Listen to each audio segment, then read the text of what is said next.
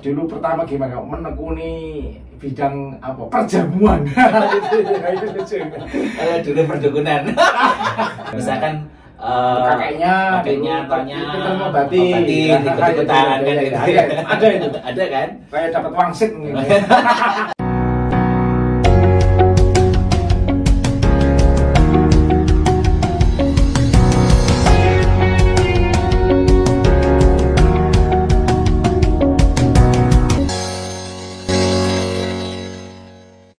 Assalamualaikum warahmatullahi wabarakatuh.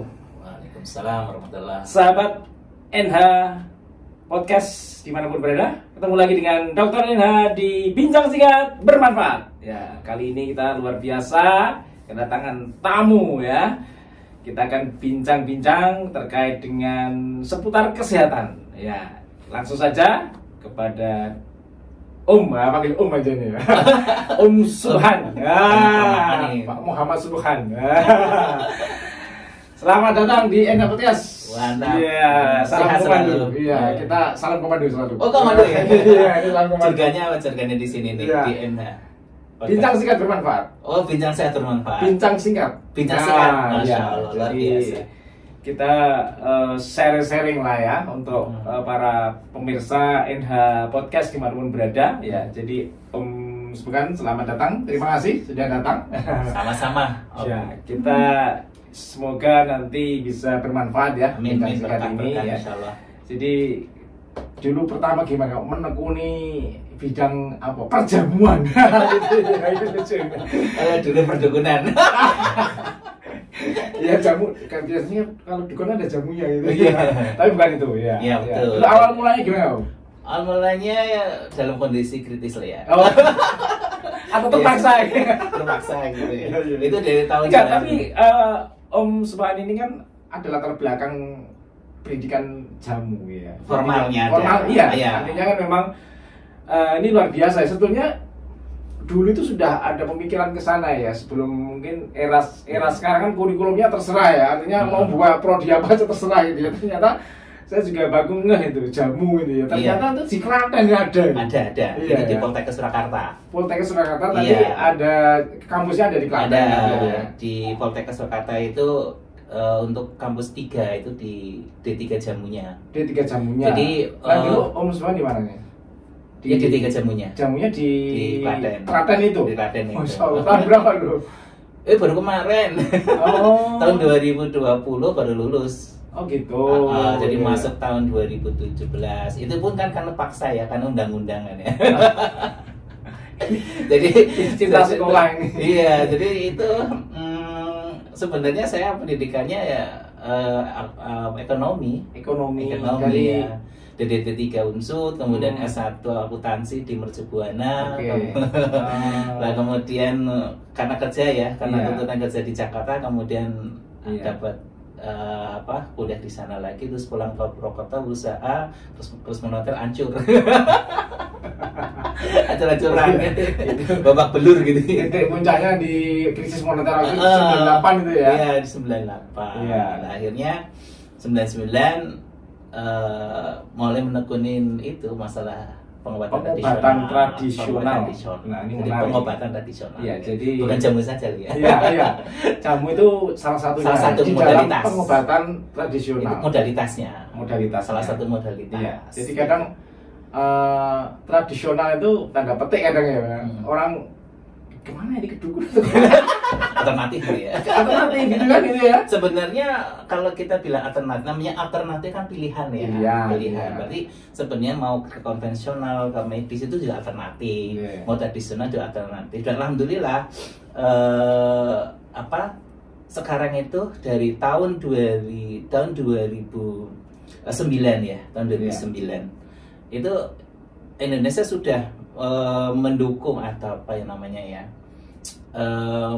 regulasi regulasinya sudah ada ya. Dulu waktu saya pertama kali tahun 99 ya, tahun 99 Iya. ya 2000 itu belum ada regulasinya yang mengayomi pengobatan tradisional. Masih kadang-kadang ini bener apa enggak sih?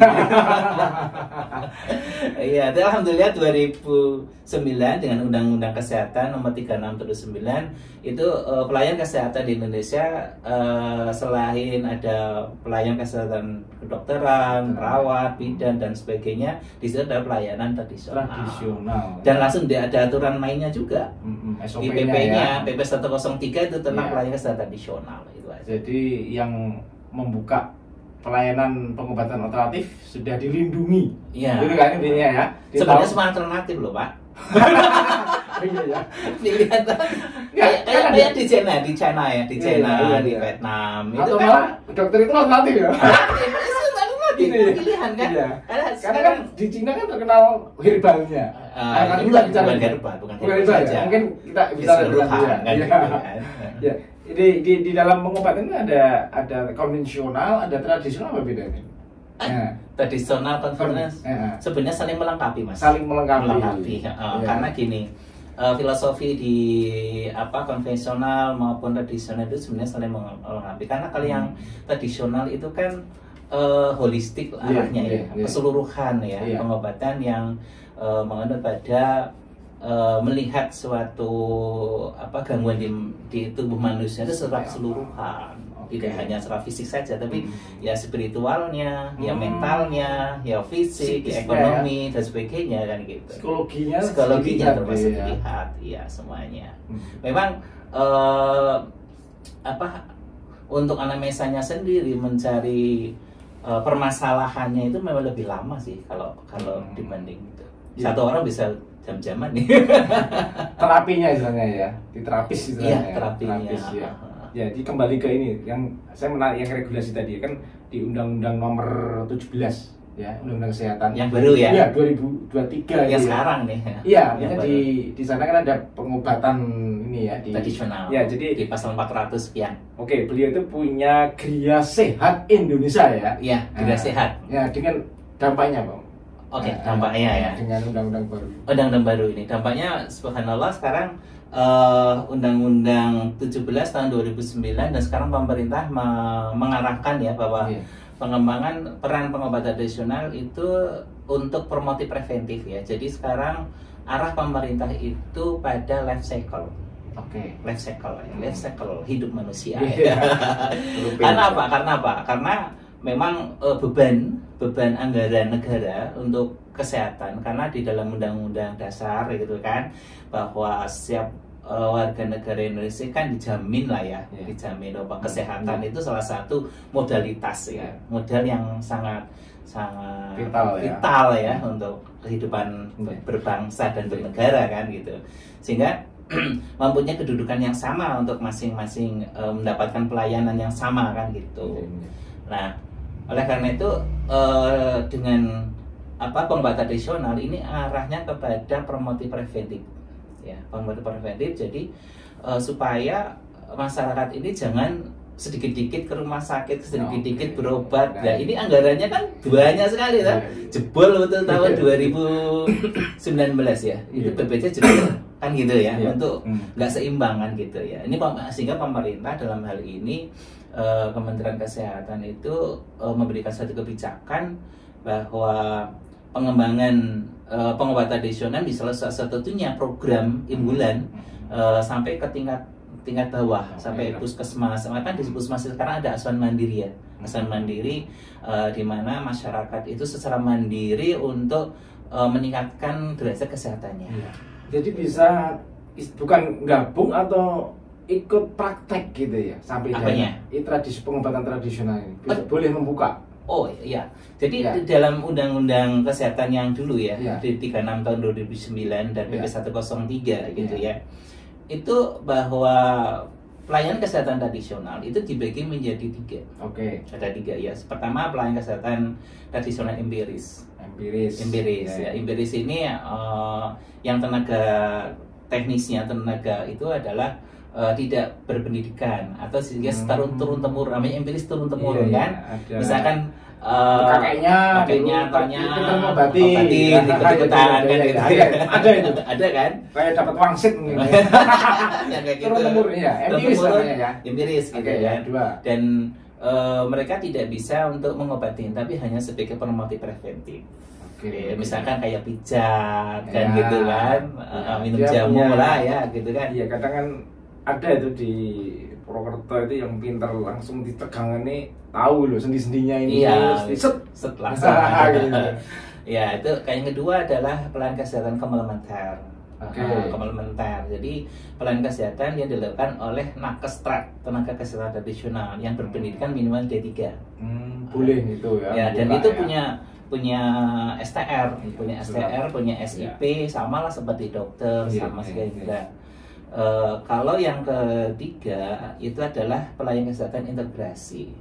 Jadi kalau integrasi itu adalah pelayanan kesehatan gabungan antara konvensional dengan yang konvensional dan tradisional. Oh ya, ini tadi saya tanya. Iya. Hampir mirip tadi sama konvensional yang tradisional. Iya, jadi satu. Oke. Jadi gabung. Jadi itu nanti tempatnya ada di rumah sakit, di puskesmas, di vaskes gitu, di fasilitas pelayanan kesehatan. Nah di sini di dalam pelayanan kesehatan tradisional komplementer gitu, itu tempatnya namanya Gria Sehat. Gria Sehat. Jadi dokter pun bisa di situ juga sama, boleh. Tapi nanti di bawah di nakestrat kan gitu. Kalau nakestrat nanti di pelayanan umum gitu ya, vaskes gitu ya, itu ya di bawah di sana bisa juga sama aja gitu. Jadi bisa melengkapi ya.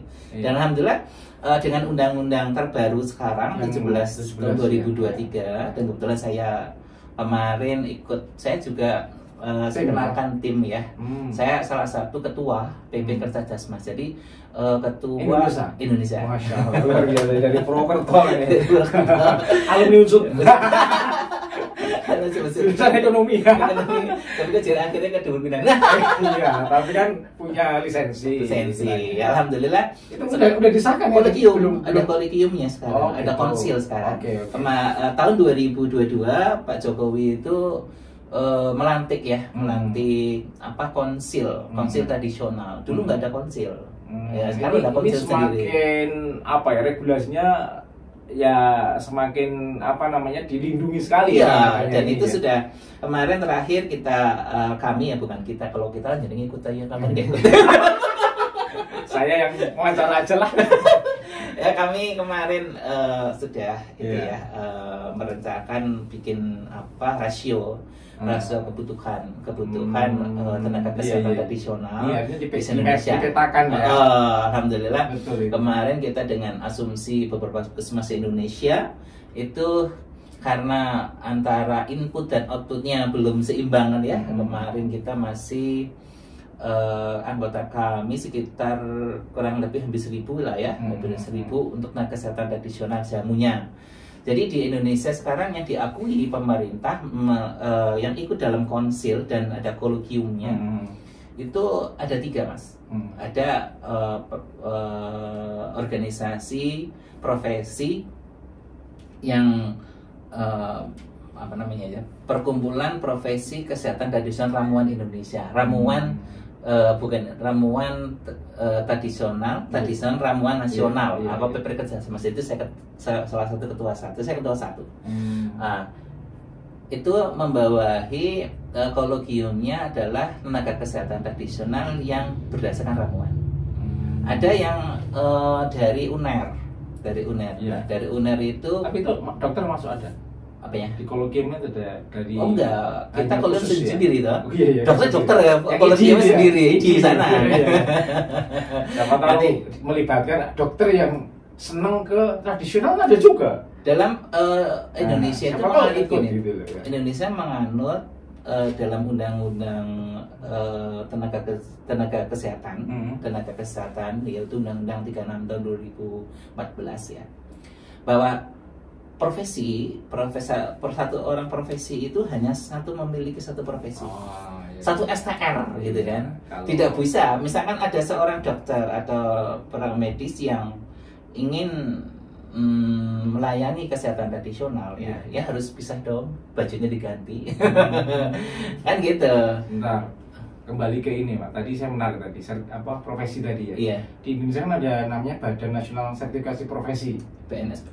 ya itu BNSP. ada ya di ada namanya lembaga sertifikasi profesi di perjamuan gitu. Iya, Itu ada ya. Ada. Jadi kan itu akan lebih menjamin ya. Ada. Oh, ini berhak membuka mungkin pengobatan gria sehat tadi. Tapi ini BNSP itu beda ya Mas ya. Kalau di dalam profesi kesehatan ya, di bawah Kementerian Kesehatan ya, itu ada sendiri. Jadi ada profesi ya. Jadi harus sekolah dulu, profesi dulu. Kayak dokter ya, koas kemudian profesi kan. Akuntansi ke profesi lagi kan, 1 tahun lagi kan. Sama konotariat lagi. Beda dengan BNSP. BNSP itu biasanya yang ujian saja, ujian kompetensi. Tapi biasanya itu di luar non formal. Iya. Jadi dia mungkin pendidikan 2, 3, 4 hari langsung ujian lulus ya sudah. Ada gitu. Tapi kan beda. Jadi kalau yang ngurusin manusia ya. Beda. Mau belajar 2, 4 hari setelah lulus pendidikan formal itu nanti uji kompetensi yang dilakukan oleh pemerintah gitu ya. Baru nanti kita usulkan STR. STR baru izin praktek. Tapi jangan dipersusah. Oh enggak, cuma sehari jadi kok. Kebetulan saya ketua P2KB. Nah, ini izinnya pakai online atau? Online Pak. Ini harus sudah mindsetnya ada digital, artinya seluruh Indonesia kan bisa dimanapun berada ya. Bisa berada semuanya. Iya, artinya juga harus meningkatkan kompetensi si calon itu ya, yang istilahnya tenaga kesehatan. Ya, meskipun sekarang undang-undang terbaru itu kan mensyaratkan STR seumur hidup ya. Cuma kan izin, seumur hidup. STR sekarang udah seumur hidup Pak. Semua di dokter juga? Semua sama. Sama-sama STR seumur hidup. Nggak usah. Dulu saya ingat istri saya itu tiap berapa 5 tahun sekali. Kayak apa itu akreditasi memang. Tapi enggak sekarang tenaga kesehatan itu STR-nya sesuai dengan Undang 17 tahun 2023 itu seumur hidup. Cuma ya itu tetap untuk peningkatan kompetensi ya, berkelanjutan, pembelajaran berkelanjutan P2KB-nya. P2KB-nya itu kan harus memenuhi persyaratan. Ketika dia mengajukan SIP otomatis nanti kan ada rekomendasi yang bisa terpenuhi apa tidak. Harus begitulah. Nanti kalau nggak ada kayak gitu gimana? Iya, tetap dalam koridor pengawasan. Nanti sembarangan ya. Yang prakteknya itu yang di luar jalur kan. Nah, itu gimana caranya? Tadi kan ada 1000-an tenaga untuk tradisional di Indonesia ya. Itu cara monitornya ini satu persatunya. Kita ada kolokium ya. Ya kolegium per provinsi. Enggak, kolokium itu kan per organisasi profesi ya. Ya, itu ada di di Indonesia. Di Indonesia itu ada konsilnya. Konsilnya terus konsil dulu di KTKI kan. Di KTKI kemudian nanti nasional ini ya. Nasional konsil masih anggotanya masing-masing kolokium. Kolokium itu dari masing-masing organisasi profesi. Oke, ini menarik. Jadi memang sudah ada regulasinya ya terkait dengan pengobatan tradisional ini. Jadi tidak usah khawatir ya. Betul. Ini beliau langsung ini ya yang ikut juga menangani gitu ya, tingkat nasional gitu ya. Dan praktek juga. Praktek ya. Tapi sebelum bias prakteknya ya, ini kok sekarang ada kembali ke pengobatan tradisional gimana? Ya memang WHO sendiri menyarankan begitu ya, karena beberapa hal kelemahan atau jangan biar kelemahan ya. Kenyataan memang kebetulan biaya pengobatan sangat tinggi sekali ya, terutama tentang bahan-bahan impor gitu kan, obat-obatan kimia kan gitu. Kemudian adanya resistensi dari antibiotik yang ada, kemudian adanya penyakit-penyakit degeneratif yang tidak bisa ditangani secara medis gitu ya. Banyak sekali beberapa penyakit yang tidak bisa ditangani medis dan bisa dikolaborasikan dengan konvensional dan tradisional itu bisa. Oke, jadi Saya dengar itu juga mungkin bisa dijelaskan Om. Ada herbal dengan tradisional itu ada bedanya. Apa ya? Herbal, pengobatan herbal, pengobatan apa ya sama? Ada pengobatan herbal itu ya bagian dari tradisional. Oke. Jadi gini, dalam modalitas ya, modalitas pengobatan tradisional itu ada dua Mas. Ya. Pertama adalah pengobatan tradisional yang modelnya adalah modalitasnya dari ramuan. Modalitas dari ramuan, ramuan dari ramuan dari obat tradisional kan ya. Gitu ya, obat tradisional. Yang disebut obat tradisional apa kan? Obat tradisional adalah sesuatu obat ya yang terbuat dari tanaman, bisa hewan, bisa mineral, diramu ya, bisa mineral, bisa hewan, bisa mineral, bisa sari glantatiknya gitu ya, yang digunakan secara turun temurun, namanya tradisional turun temurun ya, yang sudah diketahui khasiatnya, aman gitu kan. Nah kemudian dari obat tradisional itu ada 3 macam, ada jamu, ada obat herbal standar, ada fitofarmaka. Itu ada 3. Jadi Om Suhan yang ini ya, jamu tadi ya. Oh kita semuanya herbal juga. Wah. Iya herbal standar ya. Dari Takwa di Gria Satrianya ya. 3 ini ada semua. Ada semua. Karena itu modalitas ya. Itu yang namanya ramuan. Ramuan itu ada produknya ada 3. Ada kalau yang jamu ya, jamu empiris gitu kan. Ini kan empiris. Beda dengan herbal standar. Herbal standar itu adalah obat tradisional yang sudah uji praklinis. Kalau fitofarmaka ini adalah obat tradisional yang sudah uji klinis gitu. Ya, jadi memang sudah dites istilahnya ya. Sudah di manusia. Ya. Kalau uji klinis kan sudah diuji ke manusia. Ya. Kalau praklinis ini masih penelitian. Belum di launching ya? Bukan, sudah di launching tapi belum sampai ke manusia kan. Iya. Tapi sekarang ada regulasi lagi, loncatan, namanya jamu saintifik. Jamu saintifik ya, jamu saintifik itu adalah satu loncatan ilmiah gitu ya, berdasarkan evidence base yang ada, kemudian langsung diterapkan di penelitiannya berdasarkan pelayanan gitu ya, kemudian dicatat dan sebagainya. Oh ternyata dari sekian ribu orang dengan sambiloto bisa sembuh kayak gini gitu kan. Oh ternyata benar, itu namanya jamu saintifik. Gitu. Kita ada sekitar 13-12 jamu saintifik. Penelitian, iya produknya sudah launching. Sudah, itu pemerintah. Ini masuk aja langsung aja ya ke apa yang dilakukan Om Subhan aja ya. Kalau tadi kan bicara ke regulasi. Nah, yang sudah dilakukan sekarang apa? Namanya apa sih? Gria Sehat. Gria Sehat. Ya? Gria Sehat. Jadi karena di Purwokerto, Gria Sehat Purwokerto itu. Bukan. Tetap Indonesia. Gria Sehat Nektaria Hane. Oh, Nektaria Hane. Ini mesti ada ceritanya ini. Ada. Nektaria Hane ini madu. Emang asal mulanya kami itu dulu waktu pertama kali bisnis tentang kesehatan tradisional itu dari madu dulu. Kita madu yang anahal. Luar biasa ini. Dari madu kemudian dikembangkan akhirnya jadi ke pengobatan tradisional. Oke, awal mula itu namanya. Iya. Terus dikemas jadi ke kebetulan kakak itu dulu di Pusat Perlebahan Nasional, Pusbahnas, Parumbanyan Bogor itu. Jadi penelitiannya tentang lebah, tentang madu gitu kan. Jadi kakak itu inspirator juga ya. Inspirator ya, jadi namanya dari situ. Gitu. Oke. Jadi dari tahun lama ya, tahun 80-an sudah kita. Nah, setelah mungkin awal bisnisnya kan mungkin terinspirasi dari madu tadi ya. Terus apa yang untuk ini sudah di hadapan kita ini. Ini jamu tamarin longa ya, sama udah bir peletok lah ini. Mantap ini. Mantap ini. Ini menarik ini. Bir tapi halal. Halal ya. Karena terbuat dari rempah-rempah. Apalagi kalau ini 2 di antara banyak produk. Banyak, kita punya banyak produk. Oke. Karena kita ada. Kalau ini minuman ya jelas ya. Minuman. Untuk minuman penyegar lah. Gitu ya. Jadi kalau bir peletok ini sebenarnya kalau di sini bir Jawa ya. Kalau ini kan dulu apa ya? Dulu kan ada ya di waktu zaman-zaman dulu tuh ya di warung-warung kecil itu kan ada apa seperti itu ya? Bukan, kalau ini sebenarnya bir peletok atau bir Jawa itu adalah makanan minuman raja ya dulu itu. Biasa ini.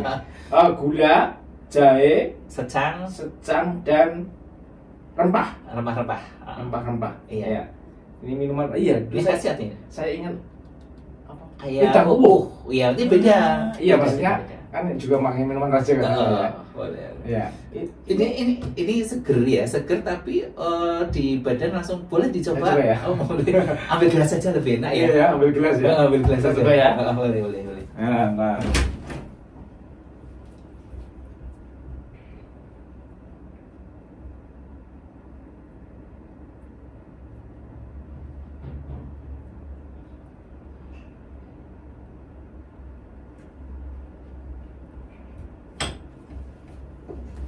Oke guys, ini tamunya yang menyediakan minuman. Pas kebetulan kalau pas lagi dingin-dingin, masya Allah luar Ini biasa. gitu ya? Oh coba aja. Dingin tapi rasanya hangat gitu. Iya. Bisa dikocok dulu mungkin. Oh kita dulu ya harusnya. Karena Biar- kalau di bawah ada larutannya ya. dan dikocok banget yang sampai ngumpul gitu ya. Oke guys, ini bir kelompok guys. Ini tapi halal. Orang Arab gitu ya. Halal. Ini kita coba bir kelompok dari. Jadi kita menyediakan Iya, Sehat jamu Indonesia. milenial gitu kan. Ini nggak ada sodanya ya? Oh nggak ada. Kecuali kita ada mojito, ginger mojito. Kita ada ginger mojito. Ginger mojito itu nanti kita bahas. Ada. Oke. Kan kayak bir jadinya kan. Oh. Keren kan? Abang, kita sama-sama. Jadi ngumpruk gitu ya. Ini dari umprok itu dari apa Karena ya? dikocok aja sih sebenarnya. Hmm. Tapi kan kayak bir ya. Tapi rasanya masya Allah enak. Bismillah.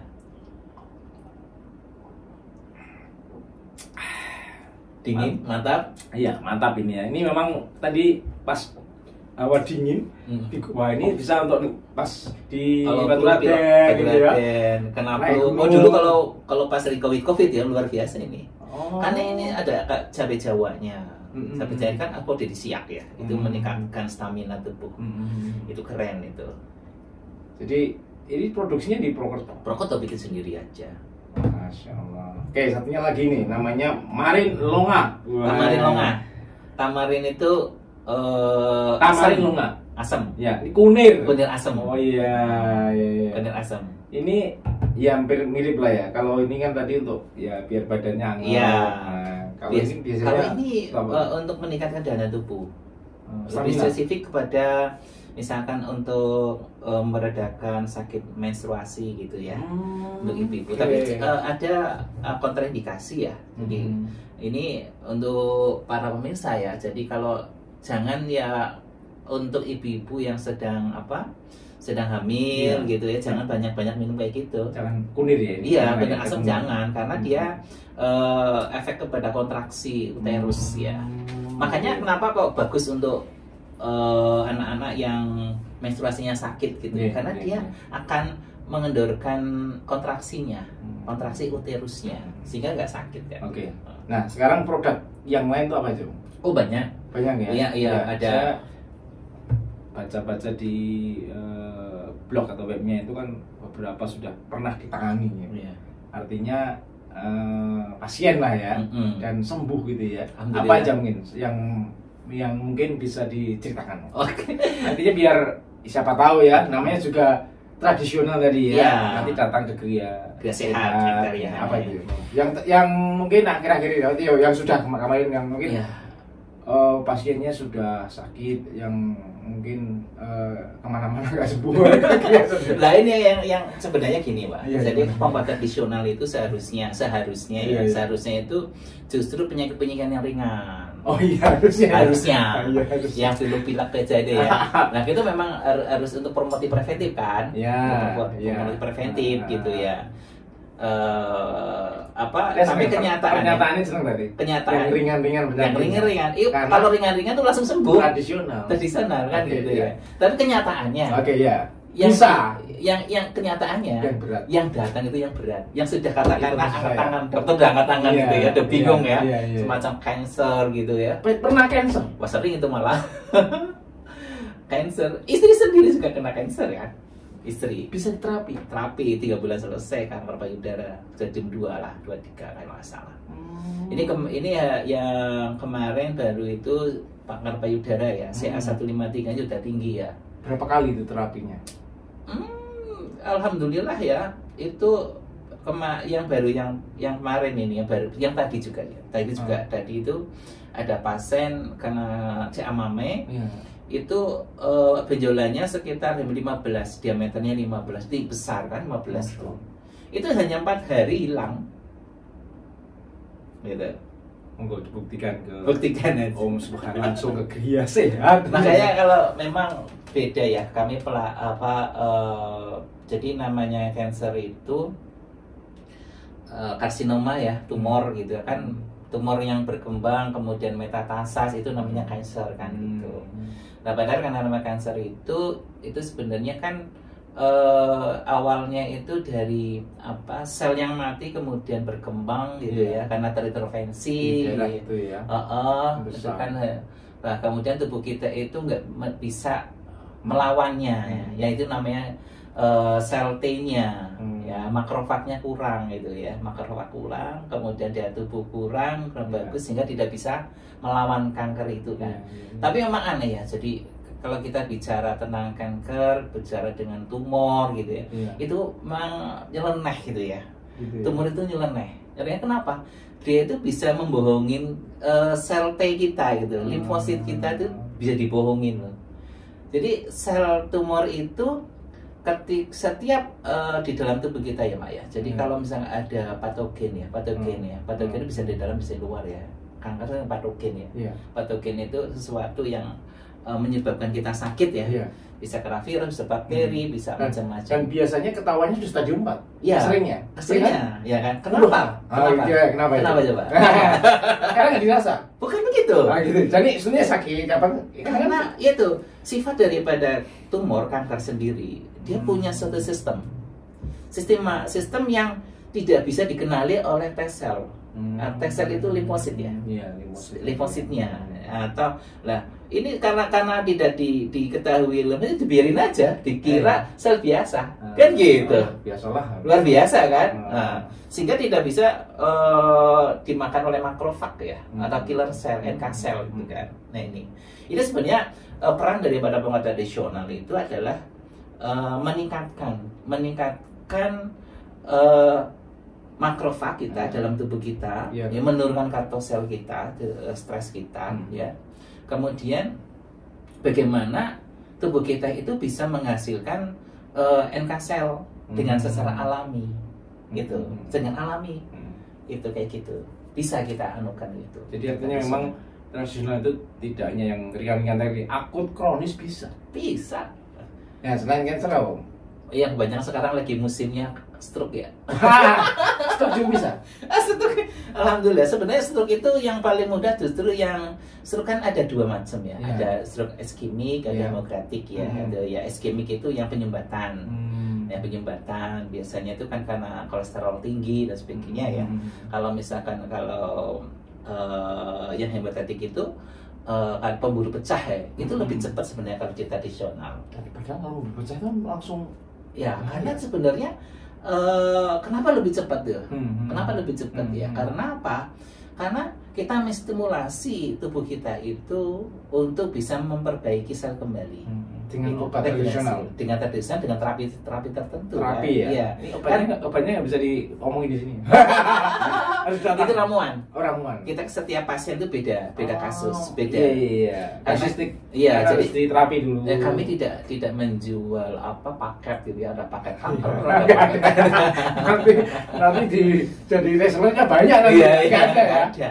Jadi case to case. Jadi kasus ke kasus. Jadi misalkan gini. Ada pasien A sama-sama kena kanker payudara, tapi obatnya beda, tidak sama dengan yang kanker B, dia tidak sama. Orang yang kena darah tinggi, darah tinggi, itu kan kalau darah tinggi itu bagus dengan androgalvis paniculata misalkan dengan sambiloto itu dan secara empiris maupun secara evidens gitu kan bagus dengan sambiloto. Tapi ada satu orang dia punya gangguan lambung, nggak bisa dong dengan sambiloto, kan sambiloto itu mempengaruhi lambung, kan gitu. Makanya kita harus mencari substitusinya, gitu. Harus datang terapi, nggak bisa. Baru ramuannya nanti untuk beda. Kasus ini ya ini ramuannya, kasus ini. baik itu cancer, baik itu tadi stroke gitu. Jadi tidak pernah juga stroke ya? Semuanya kita. Stroke ya baik itu yang penyumbatan maupun yang pendarahan, kita banyak kayak kasus-kasusnya. Jadi cepat loh, nggak pakai lama. Nggak pakai lama. Asal dengan stroke aja loh ya, dengan tidak ada reposisi tulang misalkan. Kalau ada gangguan, misalkan dia stroke kemudian jatuh. Nah, beda kasus lagi kan? Jatuh mengsel sini ya. Bener itu dulu. Reposisi dulu kan? Iya. Setelah reposisi kita main kayak gini. Jadi kalau penanganan, kenapa kok dengan pengobatan tradisional itu lebih cepat penyembuhannya? Ya, karena kita tahu bahwa yang namanya stroke itu yang sakit awal, Mas. Yang stroke apa? Orang stroke kemudian lumpuh. Iya, sini ya kaki. Yang diobatin apa bentuknya? Sini ya. Salah. Bukan tangannya, bukan kakinya yang disembuhin. Bukan tempat yang itu. Bukan, tapi otaknya. Otaknya kan? Sarafnya yang dibetulin, jadi gitu. Iya. Kan gitu kan? Nah, di dalam tubuh kita itu Allah sudah menciptakan subhanallah ya. Subhanallah. Jadi kenapa kalau di luar negeri itu bisa sembuh cepat ya?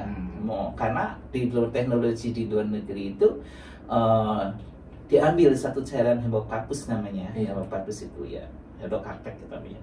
Itu diambil cairan hormonnya yang sehat. Taruh ke orang itu, langsung dia menyebabkan yang pembuluh itu jadi bagus kembali. Nah, kita punya teknologi itu yang lebih sederhana dan lebih paten. Tradisional bisa. Oh, sangat bisa. Kenapa ya tidak kan gitu. Dan penelitiannya ada semua. Dan kita berdasarkan penelitian, bukan berdasarkan empiris toh, enggak. Bukan hanya trial and error. Bukan. Yang punya bahaya manusia. Iya, penelitiannya sudah ada, Mas. Ini menarik ini. Jadi mungkin sahabat-sahabat dimanapun berada ya, bisa bukan hanya coba ya, silakan datang. Ya, silakan. Jadi bagaimana ya mendapatkan pelayanan kesehatan yang benar dan manfaat itu mungkin bisa diceritakan. Oke, jadi sekarang banyak sekali ya, Mas, pengobatan tradisional yang di TV, yang di radio, yang di pamflet gitu ya, memperbesar. Itu kan gitu ya. Dan ini tolonglah sesuai dengan undang regulasi yang ada. Itu kan sebenarnya nggak boleh itu. Jadi kalau ada tiga tadi saya sampaikan tiga pelayanan kesehatan tradisional ya, ada yang empiris, ada yang komplementer, ada integrasi gitu. Kalau yang empiris itu kan sebenarnya dia hanya sebatas pada promotif preventif, ya kan? Tidak bisa dia dilarang untuk promosi, dilarang untuk mengobati, nggak boleh.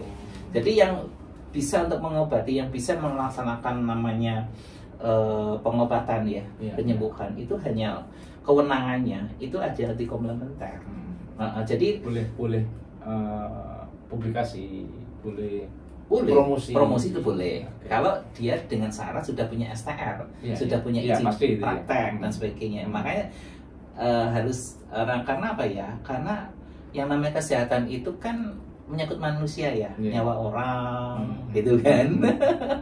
Dan banyak sekali ini yang kadang merusak pengobatan tradisional. Udah mahal-mahal nggak sembuh. Ini itu kadang itu ya, kalau yang ekonominya kasihan itu kan kasihan. Ya, jadi memang ya alternatif tadi, alternatif dokter, alternatif tradisional bisa dua-duanya. Ya kan? Nah, kalau kami sekarang ini alternatif itu ya terserah mau yang bukan berarti terus tradisional itu alternatif. Bukan. Konvensional juga alternatif. Makanya insya Allah ke depan ini untuk tradisional bisa BPJS, insya Allah. Kita lagi usahakan untuk BPJS. Keren ini ya. Dari konsil diupayakan gitu ya. Iya, dari konsil insya Allah. Ini sama-sama memberikan pelayanan kesehatan. Kita sama-sama warga negara kan, punya hak sama kan? Yang sama. Iya. Dan itu dilindungi undang-undang. Karena derajatnya sama sebagai pelayanan kesehatan. Oke. Tadi Gria Satria di mana nih? Kadang mau cari alamatnya. Gria Sehatnya. Gria Sehat di Jalan Kauman Lama. Jalan Kauman Lama 27 Purwokerto. Silakan datang. Ini udah pokoknya open sama Subhan ini ya. Jadi nanti langsung ditangani oleh beliau dan tim ya. Ada timnya kan? Ada. Ya, dan itu tenaga kesehatan semuanya.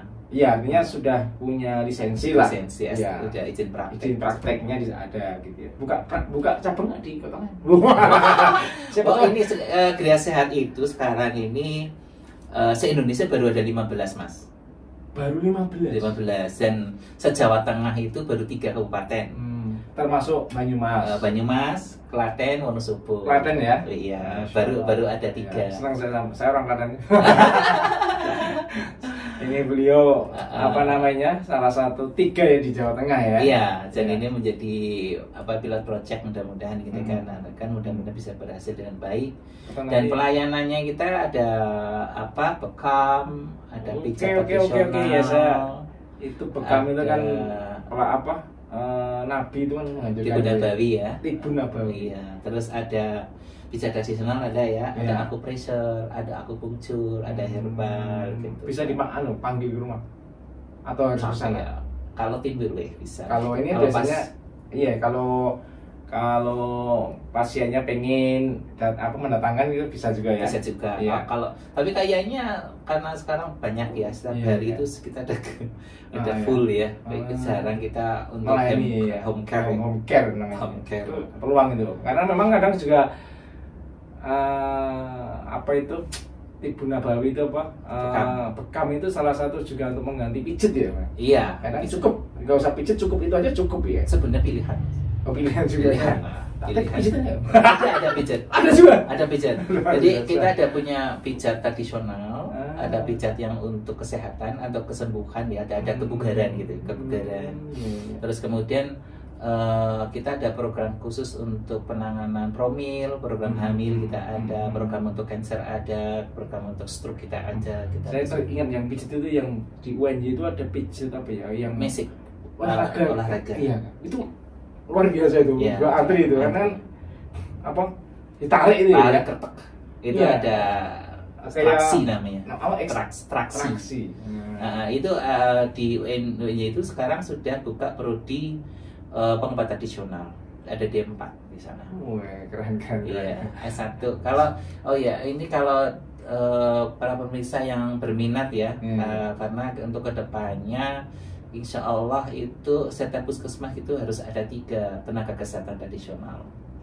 Ya, termasuk itu ya. Iya, termasuk untuk jamu ada jadi ada 3 organisasi tradisional ya, ada PP Kerja Dasmas itu yang jamu, kemudian PPTI itu yang pengobatan tradisional Indonesia yang di UNER, S1-nya di UNER, D3 juga ada di UNER dan vokasinya ada profesi ya.